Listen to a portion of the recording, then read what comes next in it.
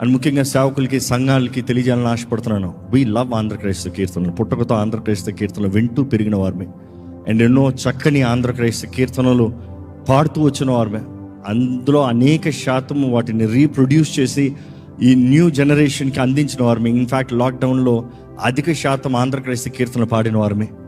So ఆంధ్రక్రైస్తవ కీర్తనలు ఎప్పుడు మనం పాడుతూనే ఉంటాం. ఇన్ఫ్యాక్ట్ 740, అప్రాక్సిమేట్లీ 740 ఎంతో సారవంతమైనవి. బికాజ్ ఆంధ్రక్రైస్తవ కీర్తనలు ఒకప్పుడు నువ్వు చెప్పాలంటే ప్రతి ఒక్కరి చేతుల్లో బైబిల్తో పాటు ఆంధ్రక్రైస్తవ కీర్తనల పుస్తకం ఉంటుంది. సో ఆ రీతిగా ఆంధ్రక్రైస్తవ కీర్తనలు ప్రతి ఒక్కరి జీవితంలో ప్రభావితం చేసింది ఒక కీర్తనల పుస్తకంగా.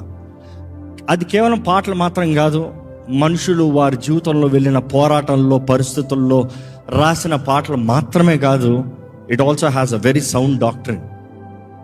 ఈ సృష్టి ప్రారంభం నుండి, నరజాతి విమోచన దగ్గర నుండి, క్రీస్తు చేసిన శిలువల కార్యం దగ్గర నుండి, ఆయన పునరుద్ధానము నుండి, ఆయన రాబోయే వార్త దగ్గర నుండి, ఇంకా it speaks about the entire the structure. And అది ఎంతో ఘనమైంది అనేది we always strongly believe and we like to emphasize. And ముఖ్యంగా ఈ మాటల్లో ఎవరికన్నా ఇబ్బంది కలిగి ఉంచంటే మనఃపూర్వకంగా క్షమాపణ వేడుకుంటున్నామండి. కానీ ఒకటే తెలియజేస్తున్నాను, క్రీస్తు శరీరంలో భాగమై ఉన్నాము. ప్రతి ఒక్కరిలో ఏదో ఒక లోపాలు కనబడచ్చు, కానీ చివరికి క్రీస్తు నామం మహింపరచబడాలన్న ఆశ. ఆమేన్.